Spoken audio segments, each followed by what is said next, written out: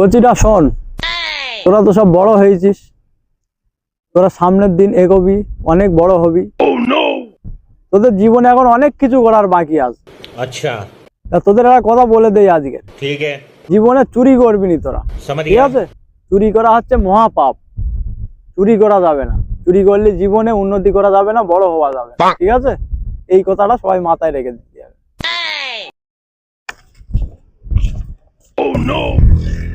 এই কচি, তোরা চলে যাচ্ছি কেন? বাবা, পরশুকার দিন আমরা 3 জনা মিলে 10 লাখ টাকা চুরি করেছি। তোমার এই ভাষণ শুনে টাকাটা ফিরিয়ে দিতে যাচ্ছি আমরা।